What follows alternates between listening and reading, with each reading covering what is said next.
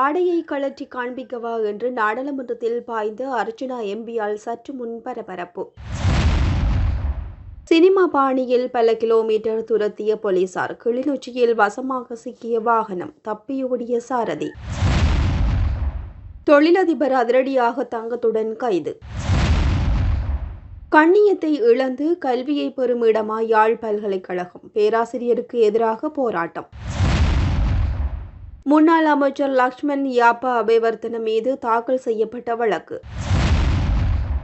தீக்கிரையாக்கப்பட்ட பாதாள குழு உறுப்பினர் தெம்பிலி லஹிருவின் வீடு.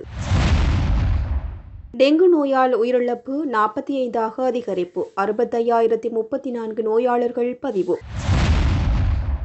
இனி தொடர்பென விரிவான செய்திகள். யாழ் மாவட்ட சுயேட்சை பாராளுமன்ற உறுப்பினர் ராமநாதன் அர்ச்சுனா சபைக்கு அணிந்து வந்த ஆடை குறித்து வன்னி மாவட்ட பாராளுமன்ற உறுப்பினர் ஜெகதீஸ்வரன் சபையில் ஒழுங்கு பிரச்சினையை சுட்டிக்காட்டியிருந்தார். இந்த சம்பவம் பாராளுமன்றத்தில் இன்று சிறிய சலசலப்பை கொண்டு வந்துள்ளது. ஜெகதீஸ்வரன் எம்பி எழுப்பிய பிரச்சினைக்கு உடனடியாக பதில் கொடுத்த அர்ச்சுனா எம்பி தான் அணிந்து வந்திருக்கும் ஆடை பாராளுமன்ற மரபுகளுக்கு உட்பட்டதுதான் என்று இடைவிடாது வாதிட்டதோடு ஆவேசமாக பேசிய அர்ச்சுனா, நான் பாராளுமன்றத்திற்கு பொருத்தமான ஆடையை தான் அணிந்து வந்துள்ளேன். உங்களுக்கு சந்தேகம் இருந்தால் வேண்டுமென்றால் கழற்றி காண்பிக்கவா என்று சவால் விடுத்துள்ளார். சம்பவம் சபையில் சிறிது சலசலப்பை ஏற்படுத்திய நிலையில் தலையிட்ட சபாநாயகர் ஆடை தொடர்பில் விவாதம் தேவையில்லை, அது ஒரு பிரச்சினை அல்ல என்று கூறி அர்ச்சுனா எம்பியை தனது ஒழுங்கு பிரச்சினையை சமர்ப்பிக்க அனுமதி கொடுத்துள்ளார். பாராளுமன்ற ஆடை கட்டுப்பாடு இலங்கை பாராளுமன்றத்தின் நடைமுறை விதிகளின்படி உறுப்பினர்கள் சபைக்கு வரும்போது கண்ணியமான உடைகளை அணிய வேண்டும் என்பது மரபாகும். ஆனாலும் கண்ணியமான உடை என்பது தொடர்பில் வரைவிலக்கணம் அவ்வப்போது விவாதங்களுக்கு உள்ளாகி வருவதும் குறிப்பிடத்தக்கது.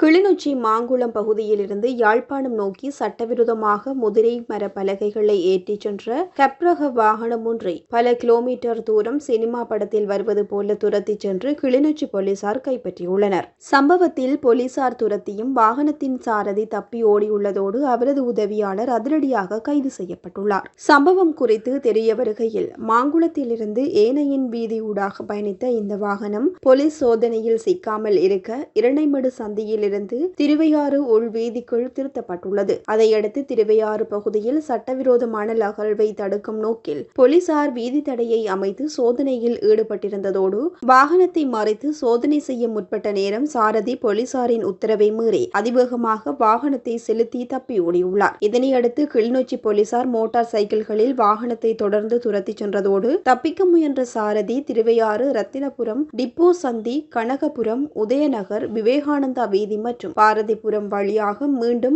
ஏனையின் வீதியின் 155ஆம் கட்டை பகுதி வரை ஆபத்தான முறையில் வாகனத்தை செலுத்தியுள்ளார். ஏனையின் வீதியின் 155ஆம் கட்டை பகுதியில் சென்று கொண்டிருந்த நேரம் வாகனத்தின் சக்கரத்தின் ஆணிகள் உடைந்ததால் அது தொடர்ந்து செல்ல முடியாமல் நின்றுள்ளதோடு வாகனம் நின்றவுடன் சாரதி அங்கிருந்து தப்பி ஓடிய நிலையில் வாகனத்தில் இருந்த அவரது உதவியாளரை போலீசார் கைது செய்துள்ளனர். கைப்பற்றப்பட்ட வாகனமும் அதில் இருந்த பெருமளவிலான சட்டவிரோத முதிரை மரை பலகைகளும் கிளிநொச்சி போலீஸ் நிலையத்திற்கு கொண்டு செல்லப்பட்டுள்ளதோடு கைது செய்யப்பட்ட நபரிடம் மேலதிக விசாரணைகள் முன்னெடுக்கப்பட்டு வருவதுடன் தப்பியோடிய சாரதியை கைது செய்வதற்கான நடவடிக்கைகளும் தீவிரப்படுத்தப்பட்டுள்ளன. முறையான அனுமதி பத்திரமின்றி மற்றும் சுங்க திணைக்களத்திற்கு அறிவிக்காமல் சட்டவிரோதமாக நாட்டிற்குள் 1.9 மில்லியன் ரூபாய் மதிப்புள்ள தங்கத்தை கொண்டுவர நின்ற பயணியொருவர் விமான நிலைய போலீஸ் போதைப்பொருள் தடுப்பு பிரிவினரால் இன்று சுற்றி வளைப்பில் கைது செய்யப்பட்டுள்ளார். மாத்தளையைச் சேர்ந்த 53 வயதுடைய தொழிலதிபர் ஒருவரே கைதாகியுள்ளார். இவர் துபாயிலிருந்து கட்டுநாயக்க சர்வதேச விமான நிலையத்திற்கு வந்தடைந்த போதே குறித்த சம்பவம் பதிவாகியுள்ளது. விமான நிலைய அதிகாரிகளால் இந்த பயணியின் பயணப்பொதிகள் சோதனையிடப்பட்ட நேரம் மறைத்து வைக்கப்பட்டிருந்த பல பொருட்கள் கண்டெடுக்கப்பட்டுள்ளது. கைப்பற்றப்பட்ட தங்கத்தின் பெறுமதி மற்றும் சந்தேக நபரின் பின்னணி தொடர்பில் மேலதிக விசாரணைகளை விமான நிலைய சுங்க பிரிவினர் மற்றும் போலீசார் சேர்ந்து முன்னெடுத்து வருவதோடு அண்மை காலமாக வெளிநாடுகளில் இருந்து வரும் பயணிகள் இவ்வாறான தங்கம் மற்றும் பெறுமதியான பொருட்களை சுங்க பிரிவுக்கு தெரியாமல் கொண்டு வரும் முயற்சிகள் அதிகரித்துள்ளதும் குறிப்பிடத்தக்கது. யாழ் பல்கலைக்கழகத்தில் பாலியல் துஷ்பிரயோகம் குறித்த குற்றச்சாட்டு தொடர்பில் பேராசிரியர் உள்ளிட்ட 2 பேருக்கு எதிராக முன்னெடுக்கப்படும் விசாரணைகளை காலத்தை இழுத்தடிக்காது வேகப்படுத்த கோரி பல்கலைக்கழகம் முன்பாக போராட்டம் முன்னெடுக்கப்பட்டது. யாழ்ப்பாண பல்கலைக்கழகம் முன்பாக இன்று வியாழக்கிழமை காலை பாலியல் வன்முறைகளுக்கு எதிரான மக்கள் இயக்கம் எனும் அமைப்பின் அழைப்பில் போராட்டம் நடந்துள்ளது. யாழ்ப்பாண பல்கலைக்கழக பேராசிரியர் உள்ளிட்ட 2 பேர் மாணவிகளை துஷ்பிரயோகங்களுக்கு உள்ளாக்கினார்கள் என்றும் குற்றச்சாட்டில் பல்கலைக்கழக மட்டத்தில் விசாரணை குழு அமைக்கப்பட்டு விசாரணைகள் முன்னெடுக்கப்பட்டு வருவதும் குறிப்பிடத்தக்கது. இந்த நிலையில் காலத்தை இழுத்தடிக்காது விசாரணைகளை வேகப்படுத்த கோரி பல்கலைக்கழகம் முன்பாக போராட்டத்தில் குதித்துள்ளனர். பாதிக்கப்பட்டவர்களின் குரல்களை கேளுங்கள், அவர்களின் பாதுகாப்பை உறுதி செய்யுங்கள், பல்கலைக்கழகங்களில் பெண்களின் பாதுகாப்பை உடனடியாக உறுதி செய்ய வேண்டும், குற்றத்தை மறைக்க சட்டத்தை ஆயுதமாக்காதே, கண்ணியத்தை இழந்து கல்வியை பெறும் இடமா யாழ் பல்கலைக்கழகம், தமிழர் பண்பாட்டிற்கு உணர்ச்சி கொள்ளும் பல்கலைக்கழகமே, பாலியல் சுரண்டல்களுக்கு மௌனமே போன்ற பல்வேறு வாசகங்கள் அடங்கிய பதாதைகளை ஏந்தியவாறு போராட்டத்தில் ஈடுபட்டதும் குறிப்பிடத்தக்கது. கொழும்பு மேல் நீதிமன்றத்தில் முன்னாள் அமைச்சர் லக்ஷ்மன் யாப்பா அபேவர்தனவுக்கு எதிராக கையூட்டல் ஊழல் ஒழிப்பு ஆணைக்குழுவினால் வழக்கு தாக்கல் செய்யப்பட்டுள்ளது. கடந்த 2013ஆம் ஆண்டு முதலீட்டு சபை தொடர்பான விடயம் ஒன்றை சாதகமாக முடித்துக் கொடுப்பதற்காக வர்த்தகர் ஒருவரிடமிருந்து 10 லட்சம் ரூபாய் பணத்தை கையூட்டாக பெற்றதாக குற்றம் சுமத்தப்பட்டு இந்த வழக்கு தாக்கல் செய்யப்பட்டுள்ளது.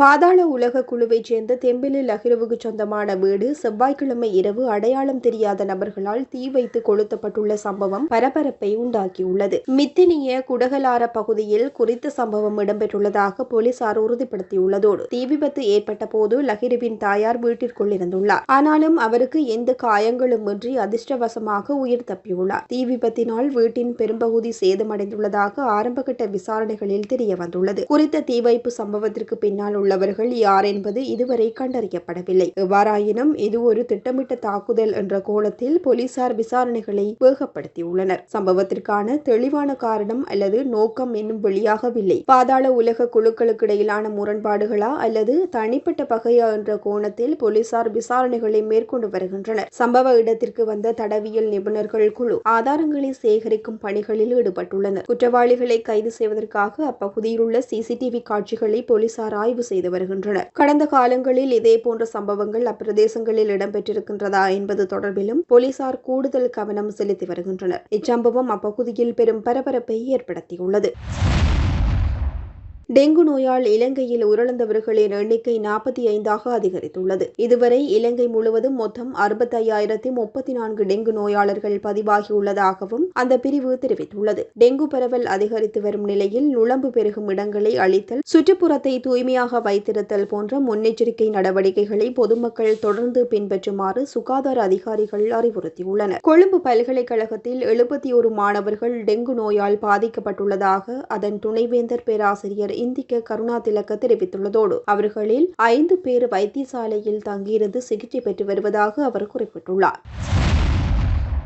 ஓய்வு பெறும் அரசு அதிகாரிகளுக்கு ஓய்வூதியம் கொடுப்பதில் உண்டாகும் தாமதங்களை குறைக்கும் நோக்கத்தில் ஓய்வூதிய திணைக்களத்தினால் விசேட இணையவழி விழிப்புணர்வு செயலமர்வு தொடர் இன்று முதல் முன்னெடுக்கப்பட்டுள்ளது. குறித்த திட்டம் அடுத்த 6 மாதங்களுக்குள் ஓய்வு பெற திட்டமிட்டுள்ள அதிகாரிகளுக்காக வடிவமைக்கப்பட்டுள்ளது. ஓய்வூதியத்தை பெறுவதற்கு தேவையான நடைமுறைகளை முன்னதாகவே பூர்த்தி செய்வதற்கும் உரிய காலத்தில் ஓய்வூதிய பயன்களை பெற்றுக் கொள்வதற்கும் தேவையான வழிகாட்டல்கள் இந்த அமர்வுகளில் வழங்கப்படும். ஒவ்வொரு அரசு அதிகாரியும் தாமதமின்றி ஓய்வூதியத்தை பெறுவது அவர்களின் உரிமையாகும் என பொது நிர்வாகம், மாகாண சபைகள் மற்றும் உள்ளூராட்சி அமைச்சு தெரிவித்துள்ளது.